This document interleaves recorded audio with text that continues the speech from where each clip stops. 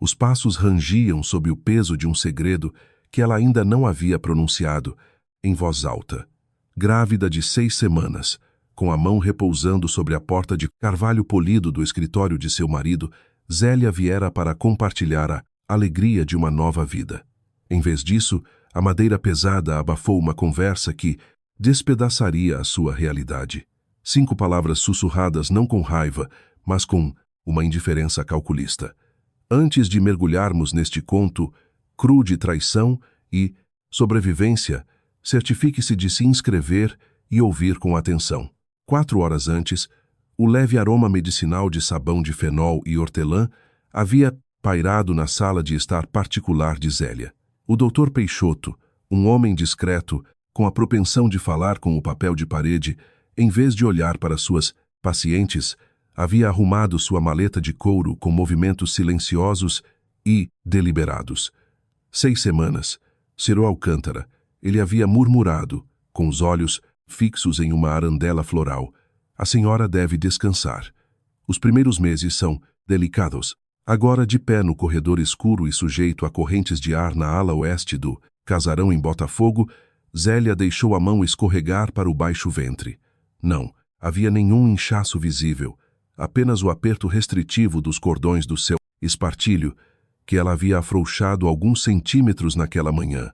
Seu corpo parecia alienígena. Seus seios doíam com um peso maçante e machucado, e uma náusea constante e de baixo grau fervilhava no fundo de sua garganta, deixando um gosto de moedas velhas em sua língua.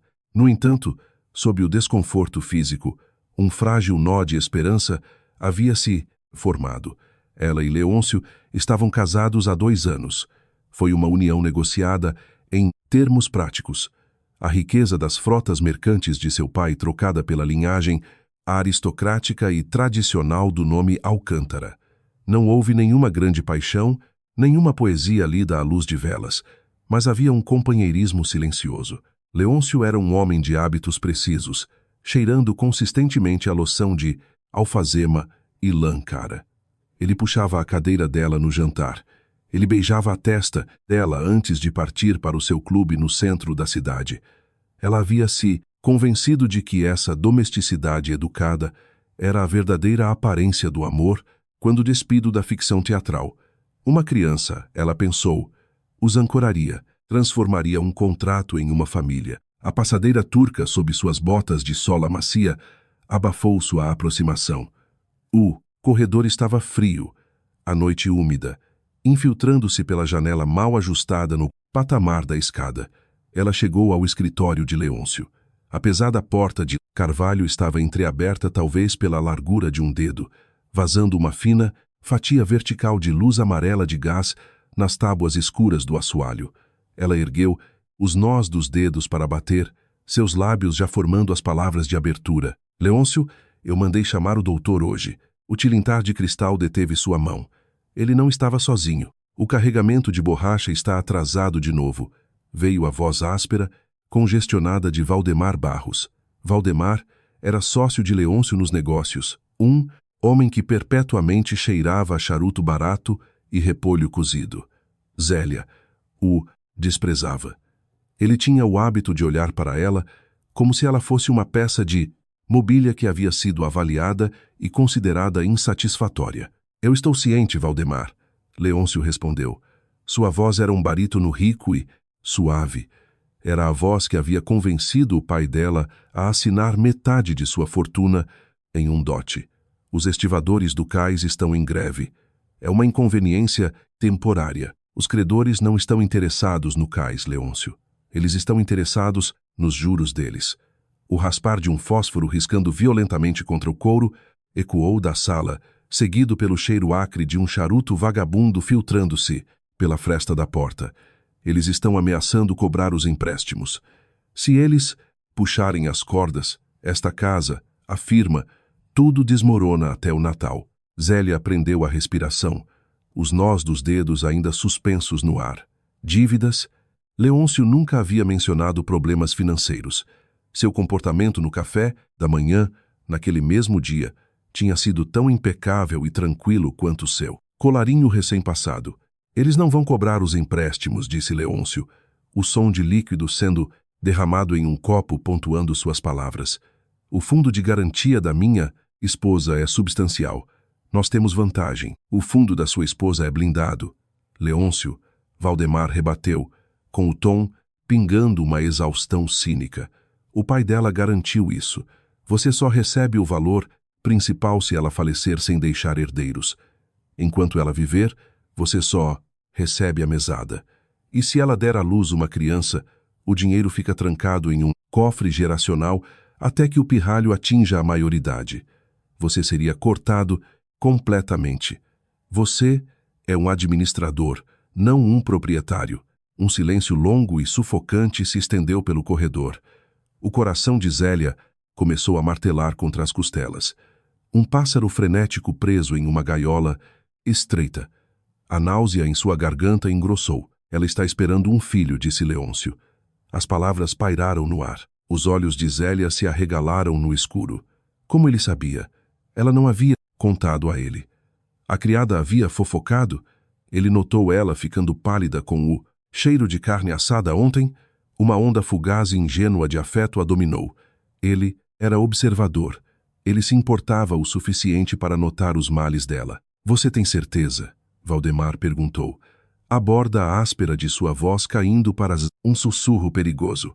A criada encontrou a bacia de enjoo dela esta manhã. E o Dr. Peixoto a visitou esta tarde, Leôncio declarou, seu tom desprovido de qualquer emoção.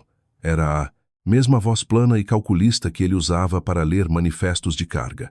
Bem, Valdemar exalou lentamente. Isso complica o cronograma, não é?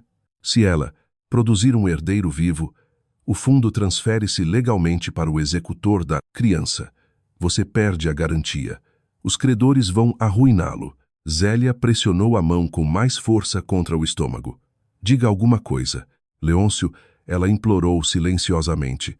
Diga a ele que a minha riqueza não importa. Diga a ele que você quer a criança. Houve o farfalhar suave de papel, depois o baque pesado de um livro-caixa se fechando. Certifique-se de que ela o perca, disse Leôncio. 5 palavras. Elas não ecoaram. Elas não estrondearam como um trovão. Elas foram proferidas com a banalidade aterrorizante de um homem ordenando que suas botas fossem engraxadas. O corpo de Zélia reagiu antes que seu cérebro pudesse analisar totalmente a frase. Seus joelhos amoleceram. Sua visão nadou, a fina fatia de luz amarela borrando-se em um borrão irregular. Sua boca instantaneamente inundou-se com uma saliva espessa e metálica. Ela agarrou o batente da porta para não desabar, suas unhas cravando-se tão ferozmente na madeira pintada que uma farpa perfurou seu polegar. Ela não ofegou, ela não gritou. Um instinto puramente animal tomou conta dela. O instinto da presa reconhecendo um predador. E se ela não perder? Valdemar perguntou, mastigando a ponta do charuto. Então passaremos para o plano secundário. Leôncio respondeu suavemente. Mas comece com o tônico. Coloque no chá da noite dela. Vai parecer uma desgraça natural. Mulheres sofrem abortos o tempo todo. É uma tragédia da natureza. Zélia, lenta e minuciosamente, puxou seu peso para trás. Suas botas macias recuaram sobre o tapete gasto. Cada músculo do seu corpo gritava de tensão, aterrorizada de que uma tábua do piso rangesse, que o farfalhar de sua pesada saia de lã atraísse. Ela recuou para as sombras envolventes do corredor, carregando o peso morto de uma vida despedaçada em seu ventre. A porta do banheiro se fechou com um clique, o som unervadoramente alto no silêncio de sua suíte particular. Zélia desabou sobre os frios azulejos hexagonais, jogando os braços sobre a borda de porcelana do lavatório, bem a tempo. Ela vomitou violentamente. Não havia nada de elegante em sua angústia. A bile azeda e ardente arranhou sua garganta, queimando seus seios da face, deixando-a ofegante. Ela agarrou as bordas do lavatório, os nós dos dedos, brancos, o peito subindo e descendo enquanto cuspia o resíduo amargo pelo ralo. Ela permaneceu de joelhos por um longo tempo, pressionando a testa em chamas contra a porcelana branca e gelada, deixando o choque físico tomar conta dela em violentas ondas de tremores. Certifique-se de que ela o perca. As palavras se repetiam em seu crânio, uma agulha de gramofone quebrada pulando em um cilindro arranhado. Ela se arrastou para cima, abrindo a torneira de latão. Os canos gemeram, cuspindo um fluxo de água congelante. Ela aparou a água em suas mãos trêmulas, jogando no rosto, lavando o enjoo e o suor. Quando ela finalmente olhou no espelho, odiou a mulher que a encarava de volta. Seus olhos estavam injetados de sangue, sua pele de um pálido doentio e manchado, mechas úmidas de cabelo, castanho grudadas nas bochechas. Ela parecia fraca, ela parecia uma vítima. Por 20 minutos agonizantes, sentada na borda da banheira, sua mente tentou a ginástica desesperada da negação. Talvez ele quisesse dizer um investimento, um lance de leilão, um processo judicial. Não. Ela está esperando um filho. O tônico. Aborto. O contexto era inescapável. O gongo no saguão do andar de baixo reverberou, sinalizando o jantar. Zélia se encolheu. O som, geralmente um marcador reconfortante da rotina noturna, agora parecia o dobre de um sino de morte. Ela tinha que descer. Se ela alegasse doença e ficasse em seu quarto, eles trariam chá para ela. O chá que Valdemar supostamente iria batizar. Ela tirou o colarinho umedecido de suor, abotoou um novo de renda branca e dura até a garganta e beliscou as bochechas até que queimassem, tentando forçar o sangue de volta ao rosto. A sala de jantar era uma caverna opressiva de mogno escuro e pesadas cortinas, carmesim. O lustre a gás acima da longa mesa lançava sombras duras, iluminando as partículas de poeira dançando no ar. Leôncio já estava sentado na cabeceira da mesa. Quando Zélia entrou, ele se levantou, oferecendo um sorriso perfeitamente composto. Os cantos de seus olhos se enrugaram. Era um sorriso caloroso e bonito. Era o sorriso que havia encantado o pai dela. "Boa noite, minha querida", disse ele, com a voz num estrondo suave. "Você parece pálida. A visita do médico a aborreceu?" A pura audácia da pergunta pareceu um golpe físico. Ela puxou sua própria cadeira antes que ele pudesse alcançá-la, as mãos tremendo tão levemente que ela teve que dobrá-las imediatamente no colo. "Estou apenas fatigada", ela conseguiu dizer, sua voz soando fina, quebradiça. "A mudança de estação. Você deve se cuidar", Leôncio murmurou, tomando seu assento. A criada entrou carregando uma travessa de prata com pernil de porco assado, raízes cozidas. Assim que a tampa foi levantada, o cheiro atingiu Zélia. Odor denso e gorduroso de gordura animal e couve cozida. Cheirava exatamente como Valdemar Barros. O estômago dela revirou violentamente, mas ela cerrou os dentes, engolindo em seco contra a bile que subia. Leôncio cortou a carne. O raspar de sua faca de prata contra o prato de porcelana deixou os dentes de Zélia sensíveis. Ela observou as mãos dele. Eram mãos fortes e imaculadas, com unhas perfeitamente lixadas. Mãos que seguravam sua cintura. Mãos que atualmente estavam arquitetando o assassinato da vida dentro dela. Ele colocou uma fatia de carne no prato dela. "Coma, Zélia. Você precisa das suas forças." Ela pegou o garfo. A prata parecia pesada, estranha.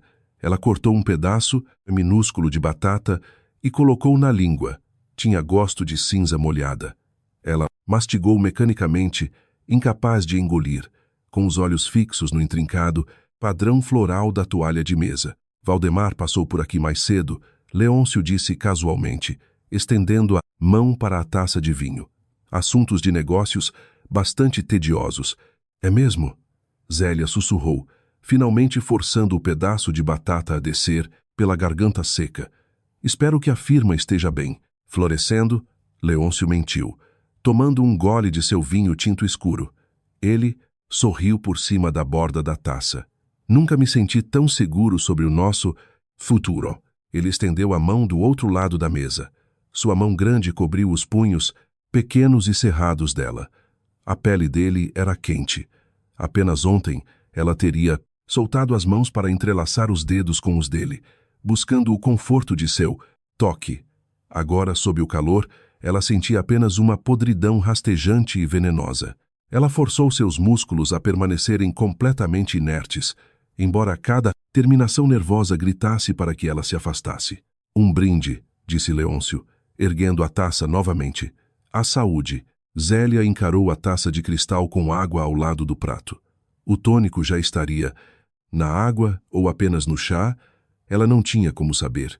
Acho que vou recusar a bebida, ela disse suavemente, mantendo os olhos fixos na mão dele, cobrindo a dela. Meu estômago está embrulhado. O polegar de Leôncio acariciou as costas dos nós dos dedos dela. Uma carícia lenta e metódica. Uma xícara de chá de hortelã antes de dormir, então. Pedirei. A criada para prepará-lo. Faz maravilhas para um estômago embrulhado. O cômodo pareceu inclinar-se. As cortinas de veludo, o relógio de carrilhão batendo no canto, a madeira polida. Tudo se fechou sobre ela. Ele estava olhando diretamente nos olhos dela, sua expressão uma máscara de terna preocupação de marido enquanto ativamente planejava envenená-la. Obrigada, Leôncio, ela disse. Sua voz assustadoramente calma. Isso soa adorável. Meia-noite. A casa havia se acomodado em um silêncio profundo e pesado, quebrado apenas pelo assentamento das tábuas do assoalho e pelo vento chacoalhando as vidraças mal ajustadas. No quarto principal, Leôncio dormia. Ele estava deitado, de costas, a respiração profunda e regular, ocasionalmente mudando para um assobio humano suave. Zélia estava deitada rígida ao lado dele, encarando o dossel acima. Os lençóis, de linho grosso, pareciam uma mortalha. Ela podia sentir o leve cheiro de sua loção de alfazema, agora misturado com o toque azedo de seu suor noturno. Como um homem podia dormir tão profundamente após condenar seu próprio sangue? A contradição a deixava perplexa, a enfurecia. Não havia virar de um lado para o outro, nenhuma inquietação, nenhuma culpa. Ele dormia com a paz de um contador que simplesmente havia equilibrado um livro-caixa difícil. Ela deslizou lentamente as pernas para fora das cobertas. O ar frio do quarto mordeu sua pele através da fina camisola de algodão. Ela não se importou com um roupão ou chinelos. Ela precisava se mover em silêncio absoluto. As tábuas do assoalho estavam congelantes contra as solas descalças. Ela saiu furtivamente do quarto, deixando a porta entreaberta para monitorar a respiração dele, e moveu-se em direção à escada. Ela não acendeu uma vela. Ela conhecia a geografia da casa cegamente. 4 degraus abaixo até o patamar. Evitar o centro do 5º degrau porque rangia. Virar a esquina. Ela escorregou para dentro do escritório dele. O cômodo cheirava avassaladoramente a fumaça do charuto barato de Valdemar, um fantasma persistente da traição. O luar cortava pela fresta das pesadas cortinas de veludo, pintando uma faixa retangular pálida na enorme mesa de mogno de Leôncio. Ela precisava de provas. Sua mente, apesar do horror, era a mente de um comerciante, herdada de seu pai. Acusações não significavam nada sem tinta, papel. Se ela fugisse para a noite do Rio de Janeiro com nada além das roupas do corpo, ela ficaria destituída, grávida, e seria facilmente descartada como uma esposa fugitiva e histérica.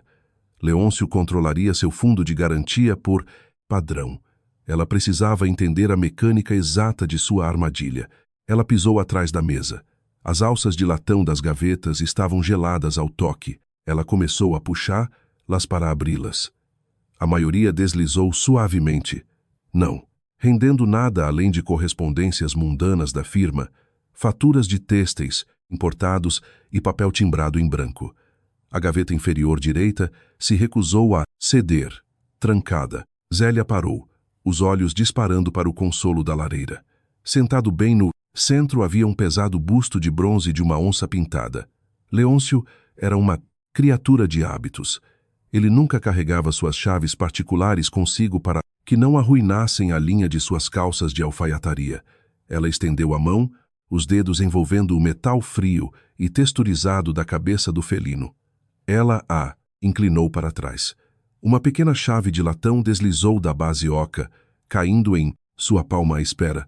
Suas mãos tremiam tão violentamente que ela quase a deixou cair. Ela se ajoelhou, diante da gaveta trancada, inseriu a chave e virou. Um clique suave. Lá dentro, havia um grosso livro-caixa encadernado em couro negro, distinto dos comerciais que ele mantinha nas prateleiras. Ao lado, havia uma pilha de documentos legais, dobrados e selados com cera vermelha que havia sido quebrada e reselada várias vezes. Zélia puxou o livro-caixa para o chão. Ela precisava de luz. Ela encontrou um único fósforo na mesa, riscou-o contra a sola de sua bota e rapidamente formou uma concha com a mão em torno da pequena chama bruxuleante. O calor mordeu a palma da sua mão, mas ela o ignorou, segurando a luz fraca sobre as páginas. As colunas eram um desastre. Dívidas esmagadoras e intransponíveis. Elas não eram devidas a bancos respeitáveis, mas a agiotas privados, homens cujos nomes eram seguidos por taxas de juros extorsivas rabiscadas nas margens.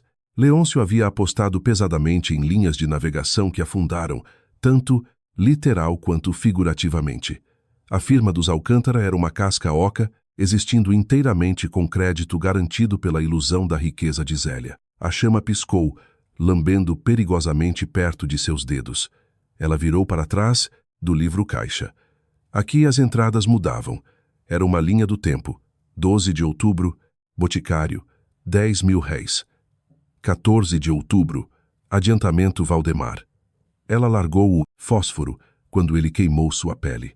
A sala mergulhou de volta na escuridão. Ela sentou-se no pesado tapete persa, puxando os joelhos com força contra o peito. Ela enfiou a mão às cegas na gaveta e puxou os documentos legais, movendo-se em direção à fatia de luar perto da janela para ler. Luz. Era uma cópia de seu acordo pré-nupcial. O advogado de seu pai o havia redigido meticulosamente. Ela traçou o denso juridiquês com a ponta do dedo. Cláusula 4. A. No evento do falecimento prematuro de Zélia Clara Alcântara, nascida Farias, a totalidade do fundo principal será transferida para seu cônjuge legal, Leôncio Alcântara. No entanto, caso Zélia faleça deixando um herdeiro vivo, o fundo será mantido em isolamento absoluto pelo executor principal até que a criança alcance a maioridade, restringindo todo acesso conjugal aos fundos principais. Não era loucura. Não era um caso passional com outra mulher. Era apenas aritmética. Uma criança o cortaria da fortuna de que ele precisava desesperadamente para pagar suas dívidas. Se Zélia morresse sem um filho, ele herdaria tudo, mas ele não podia matá-la enquanto ela estivesse grávida, para que o legista não descobrisse a criança e acionasse a cláusula do executor, complicando a herança. Ele precisava que ela perdesse o bebê primeiro. Então, no luto e vulnerabilidade que se seguiriam, uma overdose acidental de poção para dormir ou uma trágica queda escada abaixo resolveria todas as suas aflições financeiras. Ela ficou sentada ao luar, o frio infiltrando-se em seus ossos. Ela não chorou. As lágrimas que havia derramado no banheiro pareciam pertencer a uma mulher diferente e muito mais jovem. Em vez disso, um estranho suspiro oco escapou de sua garganta. Ela olhou para o estômago liso. Dentro dela estava a única coisa que ficava entre Leôncio e uma fortuna. Dentro dela estava uma sentença de morte, mas também o seu único escudo. Ela dobrou o documento precisamente, colocou-o de volta na gaveta com o livro-caixa negro, trancou-a e devolveu a chave à onça de bronze. Ela limpou suas impressões digitais da madeira polida com a bainha de sua camisola. Quando ela retornou ao quarto, escorregando silenciosamente para debaixo das pesadas cobertas de linho, a respiração de Leôncio ainda estava perfeitamente regular. Zélia ficou acordada. O gosto de cinzas havia sumido há muito tempo, substituído pelo gosto metálico e frio da determinação. A porcelana tilintou suavemente contra a bandeja de prata. O som, antes reconfortante marcador da domesticidade noturna, agora arranhava os nervos de Zélia como um dente cerrado. Leôncio carregou o serviço de chá para a sala de estar íntima dela, a luz do gás capturando a prata polida e o plano liso, e sem preocupações de sua testa, o Dr. Peixoto sugeriu hortelã. Leôncio murmurou, colocando a bandeja na mesa, baixa de mogno entre as poltronas. Para sua digestão, o vapor subia das delicadas xícaras de porcelana translúcida. O cheiro de hortelã era agressivo, artificialmente agudo. Ele arranhou o fundo do nariz de Zélia, uma máscara pungente tentando sufocar um fraco odor subjacente de terra, úmida e raiz amarga. Obrigada, ela conseguiu dizer, a voz mantida deliberadamente suave, frágil. Ela deixou os ombros caírem, fingindo um cansaço que ela não precisava inventar inteiramente. A vigilância constante era exaustiva. Leôncio serviu. Ele entregou a xícara a ela. Os dedos dele, quentes e firmes, roçaram nos dela. Ela se forçou a não vacilar. Ela pegou o pires, sentindo o calor irradiar através da fina porcelana para suas palmas úmidas. Beba enquanto está quente, Zélia. Ele insistiu. Ele recostou-se em sua cadeira de couro, cruzando as pernas longas, observando-a com olhos escuros e indecifráveis. Ela levou a borda aos lábios. O vapor beijou seu queixo. Ela inclinou a xícara, deixando o líquido escuro tocar seu lábio inferior, mas selou os dentes. Ela não engoliu nada, soltando um suspiro suave enquanto abaixava a xícara. Está muito quente. Ela sussurrou, colocando de volta no pires. Leôncio não desviou o olhar. Deixe esfriar por um momento, mas você deve terminar tudo. Não podemos ter você definhando. O pânico, agudo e metálico, irrompeu no peito dela. Ele ia sentar ali e observá-la, drenar o veneno. Ela precisava de uma distração. Seus olhos dispararam pela sala, pousando no pesado balde de latão de carvão junto à lareira. Leôncio, ela disse, deixando um tremor sangrar em sua voz. O fogo está morrendo. Sinto-me bastante resfriada. Ele olhou para a lareira. As brasas estavam de fato brilhando num laranja opaco e falho. Ele hesitou, o olhar voltando para a xícara dela, depois para o corpo trêmulo dela. As boas maneiras e o papel do marido devotado guerrearam com a sua impaciência letal. É claro, disse ele, levantando-se graciosamente.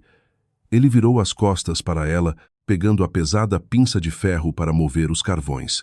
Zélia moveu-se com uma velocidade desesperada e silenciosa. Ela inclinou-se para a esquerda, onde uma enorme palmeira imperial frondosa ficava em um vaso de cerâmica decorativo. Com mão firme, ela inclinou a xícara, derramando o chá quente e amargo na terra escura. A terra o absorveu instantaneamente, chiando levemente contra o calor. Ela endireitou a xícara, deixando apenas um gole no fundo, e encostou-se para trás, levando a porcelana à boca no exato momento em que Leôncio se virou. Ela engoliu a gota morna restante, fazendo uma careta para o resíduo áspero e calcário que deixou em sua língua. Melhor? Leôncio perguntou, espanando um cisco de cinza do punho de sua camisa. Muito. Zélia mentiu, colocando a xícara quase vazia de volta na bandeja. Você é muito atencioso, Leôncio, mas ele sorriu, aquela mesma expressão oca e encantadora. Eu só quero o que é melhor para você, minha querida. Pelas 2 semanas seguintes, este ritual macabro repetiu-se todas as noites. Leôncio trazia o chá. Zélia encontrava uma maneira de descartá-lo. Ela o despejava na palmeira, em seu lenço, e uma vez, quando ele foi chamado ao corredor por um mensageiro, diretamente pela janela levemente aberta, observando a mancha escura ser absorvida pela era endurecida pela geada lá embaixo. Ela aprendeu a fingir os sintomas que ele esperava ver. Ela reclamava de cólicas abdominais severas, segurando o estômago e recusando-se a sair da cama por dias a fio. Ela pintava sombras pálidas sob os olhos com um pouco de carvão esmagado da lareira, mascarando o rubor saudável que a gravidez começava a trazer às suas bochechas. Mas a prova mais aterrorizante da intenção de Leôncio não estava em seus livros-caixa ou em suas conversas sussurradas. Estava no canto da sua sala de estar. No 12º dia, a grande palmeira imperial começou a morrer. Suas frondes exuberantes e verdes tornaram-se de um amarelo icterício e doentio. As pontas douraram e enrolaram-se para dentro, quebradiças como folhas mortas de outono. O caule murchou, colapsando sob seu próprio peso. A terra cheirava a ranço, ácida. Zélia encarou a planta moribunda em uma tarde enquanto Leôncio estava na firma. Ela estendeu a mão e quebrou uma fronde morta. Ela se partiu com um estalo seco e oco. Aquela decadência, aquela morte violenta e antinatural, era destinada ao útero dela. Era destinada a apodrecer a vida fora dela. Ela pressionou as mãos contra o baixo ventre. O inchaço era inegável agora, uma curva firme, arredondada sob suas anáguas. Ela estava se aproximando de 10 semanas. O tempo estava se esgotando. Ela não poderia usar vestidos largos indefinidamente. Leôncio eventualmente notaria que a doença dela não havia produzido o aborto, o desejado. Quando o tônico falhasse, ele passaria para o plano secundário. Ela precisava de uma rota de fuga, e para escapar, precisava de capital e rastreável. A neblina da manhã pressionava densa contra as janelas da carruagem, cheirando a enxofre e crina de cavalo molhada. Zélia sentou-se rigidamente no assento de couro rachado de um tílburi alugado, um véu de lã grosso puxado sobre o rosto. Ela havia esperado até que Leôncio saísse para suas supostas reuniões com os credores antes de sair de fininho pela entrada dos criados, ignorando a carruagem dos Alcântara inteiramente. O destino dela eram as ruelas da Gamboa, um labirinto de ruas estreitas e tijolos manchados, de fuligem muito distante das praças bem cuidadas de sua vizinhança. Escondidos sob as grossas dobras de sua capa de inverno, seus dedos apertavam firmemente uma pequena caixa de veludo. Lá dentro havia um broche de andorinha, feito de diamantes e safiras, pertencera à sua falecida mãe. Leôncio conhecia suas pérolas, seus pesados colares de ouro, as peças ostensivas que ele gostava, que ela usasse em jantares da alta sociedade para projetar uma ilusão de riqueza. Mas este broche era sentimental, guardado na gaveta debaixo de sua penteadeira. Ele não notaria a ausência. O tílburi deu um solavanco até parar em frente a uma loja estreita cujas janelas estavam embaçadas de sujeira e barradas com grossas grades de ferro. 3 bolas de latão manchadas pendiam precariamente acima da porta. Zélia apagou o cocheiro, as mãos enluvadas tremendo enquanto ela contava as moedas. Ela desceu para os paralelepípedos lamacentos, as botas afundando levemente na lama. O cheiro de vegetais apodrecendo e corpos não lavados pairava pesado no ar úmido. Um sino tilintou asperamente quando ela empurrou a pesada porta de madeira. O interior da loja era uma caverna claustrofóbica de desespero. Relógios de bolso pendiam do teto como frutos mortos de prata. Violinos com cordas arrebentadas acumulavam sujeira nos cantos. Prateleiras gemiam sob o peso de talheres manchados e pesados casacos de lã. Atrás de uma grade de ferro reforçada estava o senhor Correia, um homem que parecia inteiramente composto de ângulos agudos e pele de pergaminho amarelado. Ele mal levantou os olhos do relógio de bolso que estava desmontando com uma lupa de joalheiro pressionada no olho. "O que a senhora tem?" Ele grunhiu, a voz soando como folhas secas esmagadas sobre os pés. Zélia caminhou até o balcão, mantendo o véu abaixado. Ela abriu a caixa de veludo e a empurrou pelo vão estreito na parte inferior da grade. O senhor Correia parou seu trabalho. Ele removeu a lupa, substituindo-a por um par de óculos grossos, e pegou o broche. Ele o virou, o polegar esfregando a intrincada filigrana de ouro, segurando as safiras contra a luz fraca que se filtrava pela janela suja. Ele não perguntou onde uma mulher com a bainha suja de lama arranjara uma peça de joalheria da alta sociedade. Ele não se importava. Naquela sala, a única verdade era o peso do ouro e a clareza da pedra. "O ouro é 18 quilates", Correia murmurou, semicerrando os olhos para a marca de contraste. "As pedras são de qualidade decente, mas o mercado para andorinhas está fora de moda. 300.000 réis. O coração de Zélia afundou. 300 não era nada. Mal cobriria uma passagem de trem para o litoral e a estadia de uma semana em uma pensão barata. Certamente não sustentaria uma mulher grávida fugindo de um homem poderoso e desesperado. Vale pelo menos 1 conto de réis. Zélia rebateu, forçando a voz a permanecer firme, despindo a inflexão refinada de sua criação para soar mais dura, mais pragmática. O diamante central sozinho tem um quilate, corte de mina. Correia olhou para cima, finalmente encontrando os olhos dela através do véu. Um lampejo de diversão cruzou seu rosto. Ele reconheceu o tom. Não era uma ladra desesperada, mas uma mulher de família desesperada. Eu não estou comprando para usar na ópera, madame. Estou comprando para derreter o ouro e arrancar as pedras. 400.000 réis. É pegar ou largar? Zélia calculou rapidamente. Ela não podia discutir mais sem chamar atenção e não podia arriscar levar a outra loja onde poderia ser reconhecida. Ela precisava do dinheiro hoje. 500.000 réis, ela disse, a voz caindo para um sussurro áspero. E você não anota um nome no seu livro de registros? Correia a encarou por um longo momento de silêncio.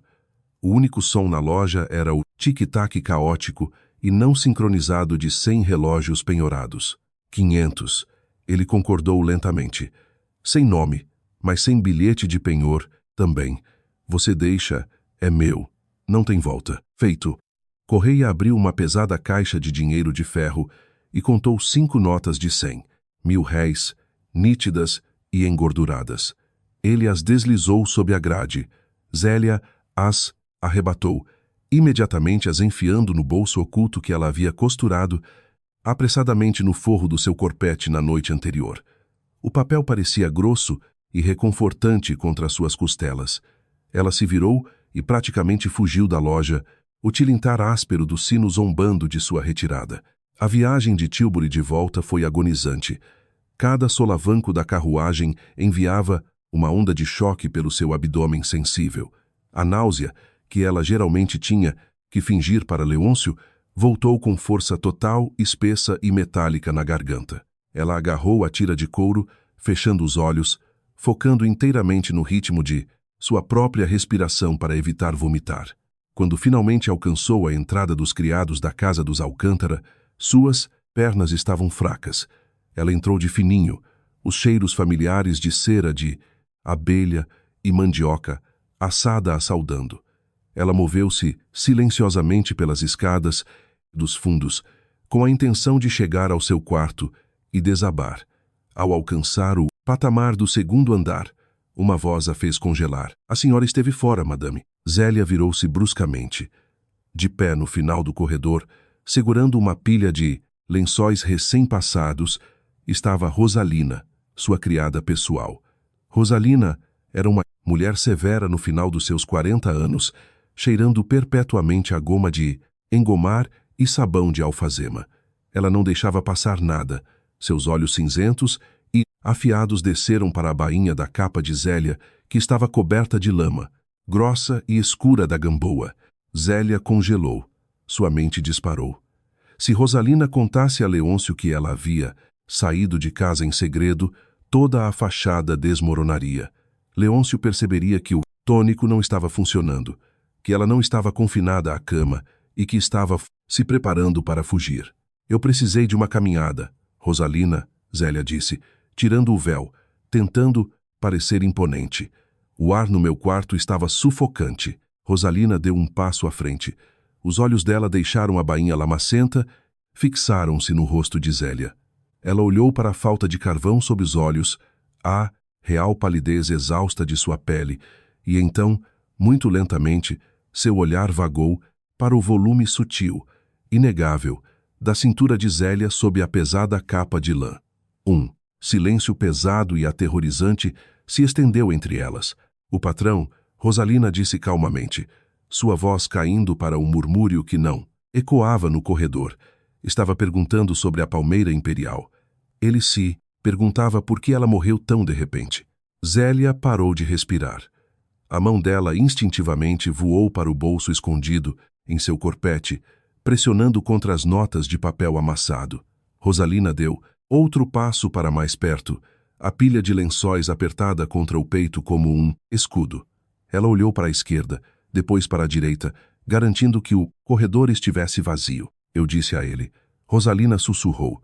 seus olhos cinzentos travando nos de Zélia com uma clareza intensa e assustadora. Que a terra estava podre, que a podre. Encontrei cheirando a raízes amargas e veneno e joguei o vaso fora no beco. Zélia encarou a criada, o coração martelando contra as costelas. A senhora não deveria caminhar sozinha em sua condição, Sraú Alcântara. Rosalina acrescentou, seu tom completamente plano, não revelando nada. As ruas são perigosas para uma mulher carregando uma carga tão preciosa. Rosalina virou-se e desceu o corredor, desaparecendo no armário de roupas de cama, deixando Zélia de pé sozinha nas sombras, os 500.000 réis queimando contra sua pele e uma pergunta desesperada e frágil florescendo em sua mente. Ela acabara de encontrar uma aliada ou uma nova carrasca. Cerdas grossas de uma escova de pelo de javali raspavam ritmicamente contra o couro cabeludo de Zélia. Rosalina estava atrás dela, arrastando o instrumento pesado pelo cabelo escuro de Zélia com precisão mecânica. O quarto estava sufocantemente quieto, cheirando levemente a água de alfazema que Rosalina usava para passar os colarinhos.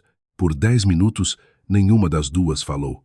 Zélia encarava seu próprio reflexo, pálido no espelho da penteadeira, mas seus olhos continuavam disparando para a postura rígida da criada. As notas ainda queimavam no bolso secreto do seu corpete. Por que você mentiu por mim? Zélia finalmente perguntou, sua voz quebrando a quietude. Rosalina não parou de escovar. O puxão rítmico continuou. Uma sensação dura, aterradora. O Sr. Alcântara inspecionou a lixeira da cozinha ontem de manhã. Ele estava procurando por folhas de chá. Ele perguntou à ajudante de cozinha se ela tinha notado um cheiro amargo na água da sua lavagem. Zélia agarrou a borda da penteadeira de mogno. Ele suspeita. Homens que brincam de Deus em suas próprias casas geralmente suspeitam. Rosalina respondeu, o tom mais plano que o linho passado. Ela abaixou a escova com um baque definitivo. Ele é um homem arrogante, Sara Alcântara. Mas não é. Totalmente tolo. Ele sabe que a palmeira não morreu de causas naturais. Zélia virou-se no banco de veludo, olhando para a mulher mais velha. O rosto de Rosalina era um mapa de anos duros e pragmatismo inabalável. Não havia calor em seus olhos cinzentos, apenas uma inteligência afiada e avaliadora. Você jogou a terra fora. Zélia sussurrou. Você me protegeu. Por quê? Rosalina limpou as mãos em seu avental branco engomado. Ela olhou para a porta, fechada do quarto antes de se aproximar. 16 anos atrás, minha irmã mais nova assumiu um cargo numa casa em Botafogo. O patrão da casa gostava dela. Gostava até demais. Quando ela se viu em um estado delicado, ele deu a ela um chá para beber. Disse-lhe que acalmaria os nervos dela. A mandíbula de Rosalina se contraiu, os músculos pulsando sob a pele macilenta. Cheirava a raiz amarga e enxofre, espinheira santa e poejo principalmente. Não acalmou os nervos dela. Causou uma hemorragia que a fez sangrar até a morte no chão da copa, enquanto o patrão jantava no andar de cima. Eu reconheço o cheiro da conveniência de um homem, madame. Um calafrio percorreu Zélia. A realidade do veneno que ela quase havia engolido cristalizou-se, pontiaguda e irregular em seu peito. Eu tenho 500.000 réis, Zélia confessou, a mão movendo-se instintivamente para as costelas. Eu vendi o broche de andorinhas da minha mãe na Gamboa. Rosalina soltou um som que era meio zombaria, meio suspiro. 500.000 réis. É um túmulo de indigente. Comprará um beliche apertado em uma balsa furada para o Uruguai, onde a senhora será roubada antes de limpar as docas. Ou a senhora ficará no rio. E quando sua barriga inchar, as pensões respeitáveis a jogarão na rua sob a chuva. Eu não tenho mais nada, Zélia disse, o pânico finalmente sangrando em sua voz. Ele controla a confiança do meu pai. Não posso entrar no banco e exigir um saque sem a assinatura dele. Se eu ficar aqui, ele me matará. Ele disse a Valdemar Barros, eles precisam que eu perca a criança para que Leôncio possa herdar. Eu sei, Rosalina disse simplesmente. Zélia piscou. Você sabe, criados são invisíveis, madame, não surdos. O senhor Barros fala alto quando está bêbado, e o Sr. Alcântara anda pesadamente de um lado para o outro quando está em dívida. Sabemos que os açougueiros estão recusando crédito a eles. Sabemos que a casa está hipotecada até as telhas. Rosalina moveu-se para o guarda-roupa, puxando um vestido escuro de lã para o dia. A senhora não pode fugir hoje. Faltam-lhe os fundos e falta-lhe um destino. Se a senhora desaparecer agora, o Sr. Alcântara contratará capangas e investigadores da capital para arrastá-la de volta. Ele precisa do seu cadáver ou da sua complacência. Então o que eu faço? A senhora interpreta a linda esposa em recuperação. Rosalina instruiu, estendendo o vestido. A senhora para de pintar carvão sob os olhos. Amanhã a senhora anunciará que se sente notavelmente melhor, que a náusea passou.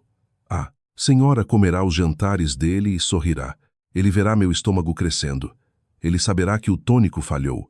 Saberá, Rosalina concordou, dando um passo para trás de Zélia para lidar com os laços do espartilho. Ela os puxou, mas deixando alguns centímetros de folga generosa. E isso forçará a mão dele. Ele vai se tornar desleixado. Enquanto ele planeja o próximo movimento, eu providenciarei a passagem para a senhora.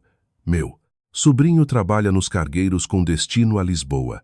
Eles não pedem manifestos de passageiros, apenas moeda sonante, mas precisamos de pelo menos 2 contos de réis para subornar o contramestre. Como? Zélia perguntou, sentindo a pesada lã assentar em seus ombros.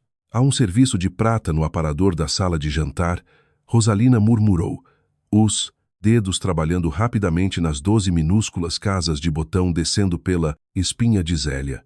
As pesadas peças do período colonial de Dom João VI, elas são raramente usadas. Eu as contrabandearei aos poucos, escondidas nos cestos de roupa suja. Conheço um receptador na Lapa que paga por onça. Zélia encarou o próprio reflexo. Ela parecia menos com uma vítima e mais com uma conspiradora. A garota pálida e aterrorizada estava endurecendo e se tornando alguém irreconhecível. Se ele pegar você roubando, Rosalina, ele a entregará à polícia. Vão enforçá-lo. Rosalina encontrou os olhos dela no espelho. Então é melhor garantirmos que ele não me pegue. Agora belisque essas bochechas, madame. Seu marido estará em casa para o almoço e ele prefere que a senhora esteja atraente. 2 semanas depois, a fachada estava rachando. Zélia sentou-se na sala de visitas, um bastidor de bordado repousando no colo. A agulha permanecia ociosa, perfurando o tecido de linho apertado. Ela havia parado de fingir a doença. Ela comia com vontade no jantar. Ela caminhava nos jardins e sorria para Leôncio com um calor frágil e ensaiado que fazia seu maxilar doer. Ela estava com 12 semanas. O inchaço de seu abdômen não era mais um segredo que ela pudesse esconder atrás de pregas largas. Quando ela se levantava, o caimento alterado de suas saias era óbvio para qualquer um que olhasse. E Leôncio estava sempre olhando. Seu comportamento havia mudado de preocupação educada para uma tensão fria e vibrante. Os sorrisos encantadores tinham sumido, substituídos por um maxilar rígido e tenso. Ele bebia mais pesadamente à noite, o cheiro de conhaque vazando de seus poros, misturando-se com a loção de alfazema. Valdemar Barros os visitava quase diariamente agora. Suas discussões no escritório eram abafadas, mas violentas no tom. O tônico havia falhado. O cronograma estava desmoronando. Os credores estavam rondando. Zélia sentiu uma vibração súbita e distinta bem baixo na sua barriga. Ela engasgou, deixando o bastidor de bordado cair no tapete. Não era indigestão ou fadiga muscular. Parecia um peixinho nadando contra o interior de um aquário, um estalo de movimento frágil e borbulhante, a primeira mexida do bebê. As lágrimas pinicaram em seus olhos, quentes e súbitas. Por semanas, a criança havia sido um conceito abstrato, uma moeda de troca em um jogo letal de aritmética. Agora era inegavelmente real, uma entidade viva e em movimento, exigindo sobreviver. Ela pressionou as 2 mãos no estômago, prendendo a respiração, esperando que a sensação se repetisse. Não repetiu, mas o eco dela encheu a sala com uma urgência aterrorizante. Passos pesados de botas ecoaram no vestíbulo lá embaixo. Leôncio. Ele não entrou na sala de visitas. Ele foi direto para a escadaria central. Zélia, ele chamou. Sua voz estava extraordinariamente alta, ecoando pelos tetos altos de gesso. Sim, Leôncio, ela respondeu, recuperando rapidamente o bastidor e alisando as saias. Desça até o saguão, querida. Eu tenho uma surpresa para você. Zélia congelou. A palavra surpresa dos lábios dele tinha gosto de cobre. Ela olhou para o relógio na lareira. Era quinta-feira à tarde. Os criados haviam saído. Leôncio havia generosamente dado a toda a equipe, exceto Rosalina, meio dia de folga para ir à feira de outono na paróquia próxima. Rosalina estava atualmente nas cozinhas do porão, fervendo os bules de prata para disfarçar as manchas de oxidação antes de contrabandear, luz para fora. Eles estavam inteiramente sozinhos nos andares superiores. Estou bastante confortável aqui, Zélia respondeu, o ritmo cardíaco acelerando. Desça logo, Leôncio insistiu. Seu tom não admitia recusa. Era a voz do livro-caixa, fria e final. Valdemar arranjou uma carruagem. Nós vamos dar um passeio até a serra, em Petrópolis. O ar fresco lhe fará bem. Um passeio de carruagem com Valdemar para o interior. Era o plano secundário. Um trágico acidente de carruagem em uma estrada de terra deserta. Um cavalo, assustado, uma roda desprendida. Quão fácil seria jogar uma mulher grávida de Tilbury em alta velocidade e culpar o terreno lamacento. Ela se levantou lentamente. Ela tinha que descer, mas tinha que ser cuidadosa. Todos os sentidos estavam aguçados, vibrando de adrenalina. Ela saiu da sala de visitas e se aproximou do topo da grande escadaria. O patamar estava incomumente escuro. Leôncio havia fechado as pesadas cortinas de veludo sobre a grande janela que normalmente banhava as escadas com a luz da tarde. Estou indo, ela disse, descansando a mão no corrimão de carvalho polido. Apresse-se, minha querida. A voz de Leôncio flutuou da escuridão lá embaixo. Ela não conseguia vê-lo claramente. Ele era apenas uma forma escura de pé ao pé da escada, olhando para cima para ela. Zélia deu o primeiro passo. Sua bota de couro macio tocou a grossa passadeira carmesim. Ela parou. Algo parecia errado. O cheiro da casa estava estranho. Sob o cheiro familiar de cera de abelha e lareiras frias, havia um gosto químico agudo. Óleo de linhaça. Ela olhou para o degrau sob seu pé. Na luz fraca, a madeira polida de cada lado da passadeira do tapete brilhava com uma superfície lisa e antinaturalmente molhada. Seus olhos dispararam para a borda do degrau da escada. A grossa barra de latão que mantinha o tapete firmemente no canto do degrau estava faltando. Não apenas faltando, os parafusos haviam sido violentamente arrancados, deixando farpas irregulares de madeira pálida expostas na penumbra.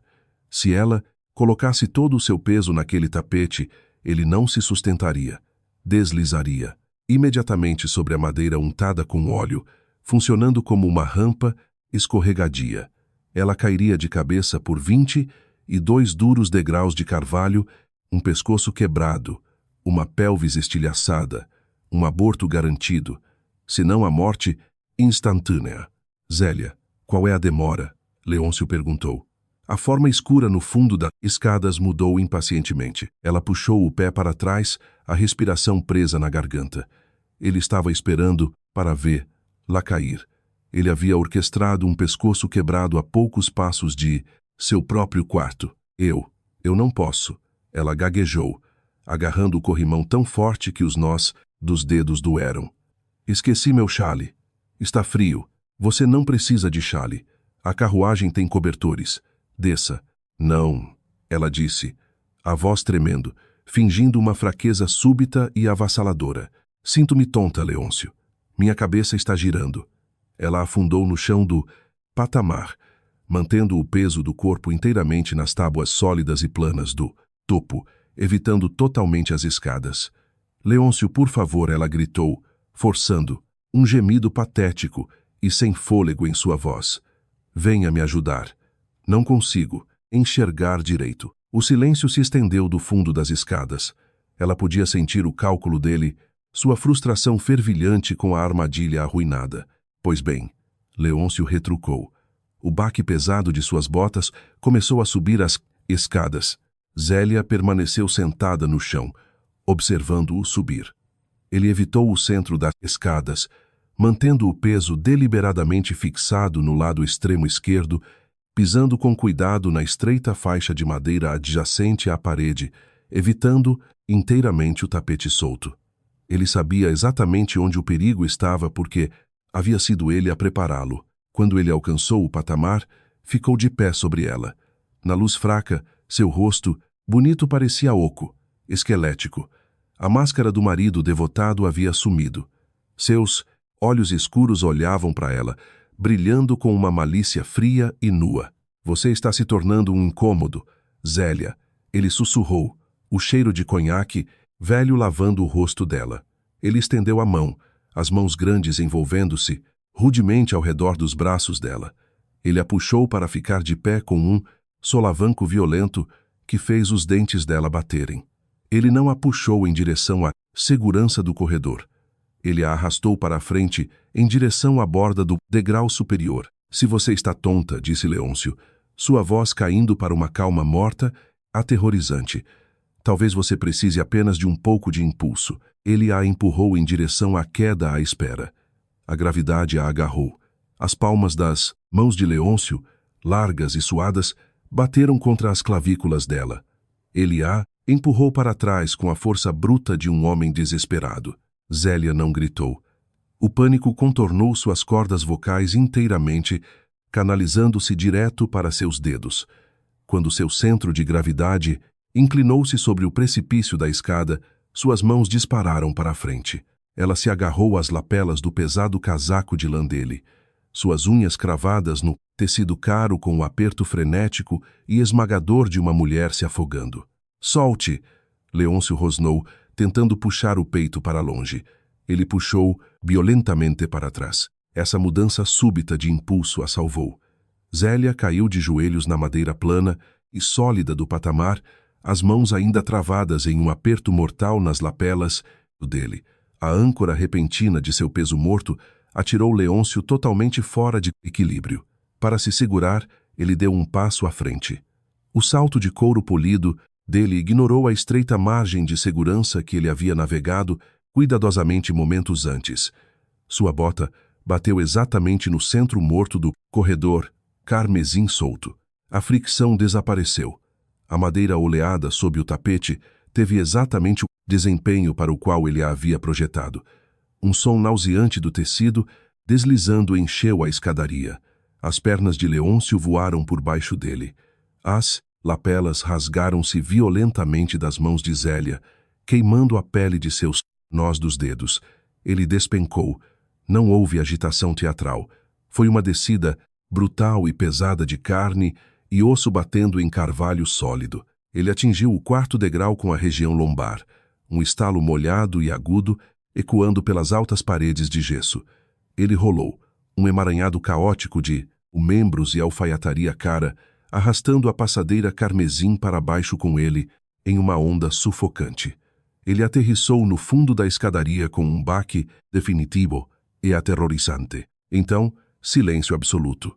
Zélia permaneceu de joelhos, o peito subindo e descendo, sugando grandes lufadas irregulares de ar manchado com óleo de linhaça e a loção de alfazema de Leôncio. As mãos dela tremiam tão violentamente que ela teve que pressioná-las achatadas contra o assoalho para se equilibrar. Passos correram do corredor do porão. Rosalina apareceu ao pé da escada. Atiçador de ferro pesado agarrado em seu punho. Ela cheirava fortemente a lixívia e oxidação fervida. A criada congelou, inspecionando os destroços. O tapete era uma montanha amassada no vestíbulo. Leôncio estava caído de lado, torcido, uma perna dobrada para trás, em um ângulo impossível e doentio. Uma poça, escura e brilhante, começava a vazar de sua linha do cabelo para os ladrilhos, xadrezes em preto e branco. Rosalina olhou para o alto das escadas, para a madeira oleada e nua, onde Zélia estava ajoelhada no patamar. Ele está respirando? Zélia sussurrou. Sua voz soou como folhas secas raspando, umas nas outras. Rosalina agachou-se, pressionando 2 dedos na garganta de Leôncio. Ela os segurou ali por muito tempo. O relógio de carrilhão na sala de visitas tiquetaqueava alto e indiferente. Ele está, Rosalina declarou, limpando os dedos no avental com um olhar de profundo nojo. O pulso dele está denso, mas a perna está estilhaçada, e o crânio recebeu um golpe pesado. Ele não vai acordar por horas, talvez dias. Zélia fechou os olhos. Uma vontade bizarra e histérica de rir arranhou a garganta dela, mas ela engoliu a seco. Ele estava vivo. A aritmética ainda estava desequilibrada. Não podemos esperar pela prata, Rosalina disse, a voz dela trazendo Zélia de volta à realidade. A criada jogou o atiçador de ferro de lado. Ele chamou uma carruagem. O Sr. Barros vai chegar logo para levar, lá no seu passeio. Se Barros o encontrar assim, ele a trancará no seu quarto e chamará a polícia. Você dirá que o empurrou. O escritório Zélia raspou, forçando suas pernas trêmulas a se levantarem. Valdemar esteve aqui mais cedo. Leôncio sempre exige adiantamentos em dinheiro, para manter os açougueiros quietos. Elas se moveram com um propósito frenético e silencioso. Zélia evitou as escadas traiçoeiras, usando a escada dos fundos dos criados para chegar ao andar térreo. Elas praticamente destruíram o escritório de Mogno. Atrás de uma fileira de enciclopédias encadernadas em couro, Rosalina encontrou um pequeno cofre de lata. Uma batida do atiçador de fogo quebrou a dobradiça fraca. Lá dentro havia 800 mil réis em notas amassadas e algumas moedas de ouro. Adicionados aos 500 de Zélia, eram 1 conto e 300 mil réis. Ainda faltava para chegar a 2 contos, mas teria que servir. Rosalina puxou um pesado saco de lona para roupas sujas da cozinha.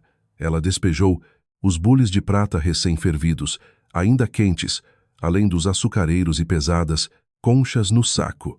O metal tilintou agressivamente. Coloque a sua capa, Rosalina ordenou, empurrando o saco de lona nos braços de Zélia.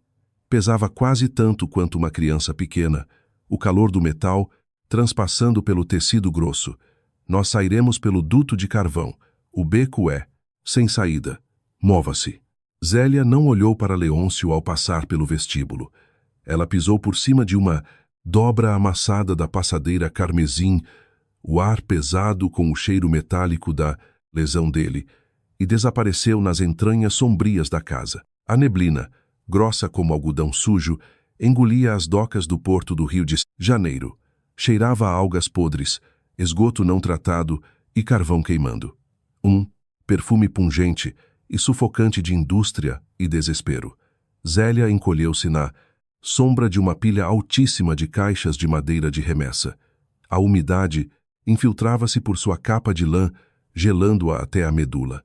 Seus braços doíam ferozmente por carregar o pesado saco de lona de prata. Ao lado dela, Rosalina estava de pé e rígida, seus olhos afiados esquadrinhando as figuras turvas que se moviam ao longo dos cais de paralelepípedos escorregadios. Ali, Rosalina apontou. Ancorado no final do pier estava um enorme e surrado cargueiro de casco de ferro. O nome Adamastor era mal legível através da ferrugem e sujeira em sua proa. Homens com barbas grossas e gorros de lã estavam carregando barris enormes de carne de sol e fardos de tecidos firmemente amarrados subindo por uma prancha de madeira rangente. Rosalina agarrou o cotovelo de Zélia e a guiou através do enxame caótico de estivadores. Elas se aproximaram de um homem corpulento parado perto de um barril que servia como escrivaninha. Ele usava um pesado casaco de lona encerada e cheirava avassaladoramente a cachaça velha e lã não lavada. Meu sobrinho, Rosalina disse claramente, ele me mandou a você 2 passagens para Lisboa. O contramestre mal levantou os olhos de seu livro-caixa. Ele cuspiu um globo espesso de catarro amarelo nas tábuas molhadas. 2 contos de réis. Não sobrou nenhuma cabine. Vocês dormem no porão de proa com a lona de reserva para velas. Vocês trazem os próprios mantimentos. Zélia deu um passo à frente, soltando o pesado saco de lona no barril com um grande estrondo metálico. Ela desamarrou a corda áspera que o mantinha fechado, revelando as curvas brilhantes e polidas da prata da família Alcântara. Os olhos do contramestre se arregalaram um pouco. Ele enfiou a mão, tirando uma pesada molheira do período colonial. Ele mordeu a borda, verificando a maciez do metal. Há mais de 100 onças de prata de lei maciça aí dentro. Zélia disse, a voz inteiramente despojada das delicadas inflexões da aristocracia. Era plana, dura e totalmente desprovida de medo. Nós pegaremos uma cabine, não o porão. E você não anotará os nossos nomes nesse livro de registros. O homem olhou da prata para o rosto pálido e resoluto de Zélia, e finalmente para o inchaço firme e inegável do estômago dela, pressionando contra a pesada capa. Ele jogou a molheira de volta no saco e puxou-o para trás de seu barril. Cabine 4. A estibordo, ele grunhiu, entregando-lhe uma chave de latão, revestida com uma fina camada de graxa. Zarpamos com a maré em 20 minutos. Se vocês passarem mal, vocês mesmas limpam. A prancha gemeu sob as botas de Zélia. O navio parecia vivo, uma fera de ferro, roncante vibrando contra a água agitada da baía de Guanabara. A cabine 4 não era maior que o armário de Leôncio. Cheirava intensamente a piche e suor velho. Havia um beliche estreito parafusado na parede, um único balde de lata e uma vigia embaçada de sal seco. Era o cômodo mais lindo que Zélia já tinha visto. Ela desabou no colchão duro e fino, as molas gemendo em protesto.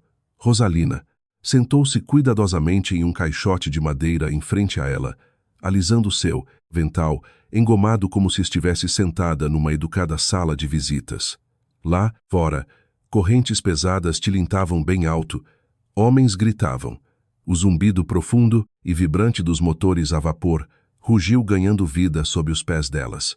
O navio deu um solavanco para o lado, afastando-se do pier. Zélia engatinhou em direção à vigia estreita, usando a manga para limpar uma mancha de sujeira. Através do nevoeiro, ela assistiu às luzes a gás do Rio de Janeiro borrarem e desbotarem para um brilho amarelado manchado e doentio. Em algum lugar daquele labirinto em expansão de fuligem e tijolos, Valdemar Barros estava descobrindo um homem quebrado na base de uma escadaria. Em algum lugar daquela cidade, o legado dos Alcântara estava finalmente sangrando até a morte num chão xadrez, afogado em suas próprias dívidas. Ela sentiu uma súbita e aguda pressão em seu baixo ventre. Não era uma vibração, dessa vez. Foi um chute distinto e sólido, um calcanhar minúsculo ou um cotovelo empurrando contra a parede de seu útero, exigindo espaço, exigindo ser reconhecido. Zélia apertou a mão sobre o local, pressionando de volta com puro V, suavidade. Um suspiro áspero e irregular rasgou sua garganta, e pela primeira vez desde que havia ficado parada atrás daquela pesada porta de carvalho, ela começou a chorar. Não eram lágrimas bonitas. Eram soluços violentos e feios que sacudiam seu peito e a deixavam ofegante à procura do ar viciado e com cheiro de piche da cabine. Ela chorou pela garota ingênua que achava que a domesticidade educada era amor. Ela chorou pela proximidade aterradora e pura de seu próprio assassinato. E ela chorou pelo pragmatismo brutal e imperdoável que ela havia sido forçada a parir dentro de si mesma antes que pudesse sequer parir seu filho.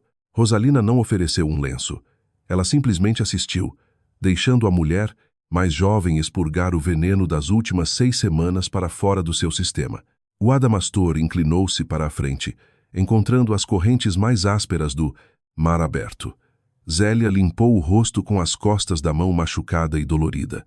Ela virou as costas para a vigia, deixando as luzes que se apagavam do Rio de Janeiro desaparecerem atrás dela. Ela não era mais uma esposa. Ela não era mais um peão em um livro-caixa.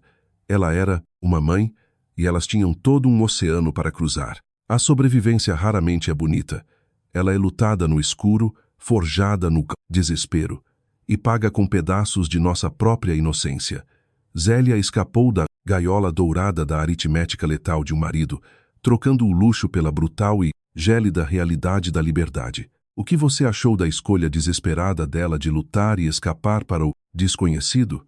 Você teria confiado em Rosalina ou tentado fugir sozinho? Deixe a sua opinião nos comentários abaixo. Se essa história profundamente humana e crua manteve você na ponta da cadeira, por favor, aperte o botão de curtir, compartilhe com seus amigos amantes de drama e inscreva-se para histórias mais envolventes.